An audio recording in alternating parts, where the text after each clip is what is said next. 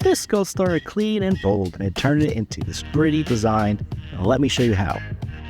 I was relaxing, sketching the skull when I decided to turn it into a Brandon Barron design.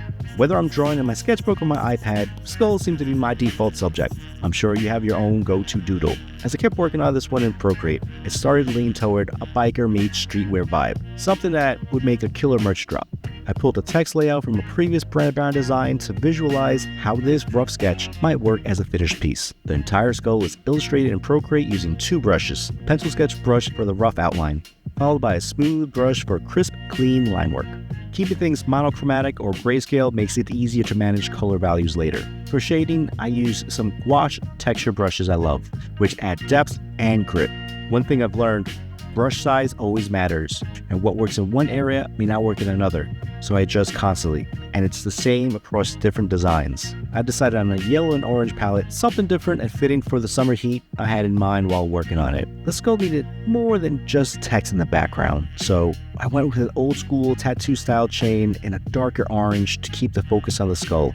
I tested an oval chain first, but the round shape just felt stronger. Since I already knew my layout, colored the art with screen printed in mind. That means keeping the palette manageable so it's easier for a color separator, whether it's me or someone else, to prepare for printing without overcomplicating the process. Once I was happy with the illustration, it was time to bring it into the computer for final touches. In Procreate, I tapped the wrench icon, chose Share, PSD, and airdrop the file to my desktop. From there, I opened the skull file in Photoshop. For the text, I brought it in from Adobe Illustrator so I could keep full control. To get the distressed look, I created a new layer, selected the text, then went to Select, Modify, Contract, choosing between 6 to 10 pixels. With the selection active, I switched to my background color and grabbed a custom grunge brush. You can make one yourself by taking a soft brush, switching the blend mode to dissolve, and adjusting the size to your liking.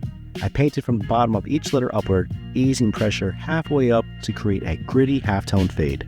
This is a go-to technique I've used on multiple graphics, including Harley-Davidson t-shirt designs, because it gives text a worn, authentic look that fits perfectly with bold illustration.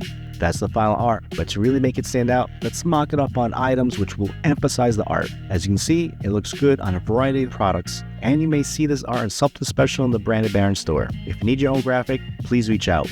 Thanks for watching. Make sure to like, subscribe, stay creative, and I'll catch you next time.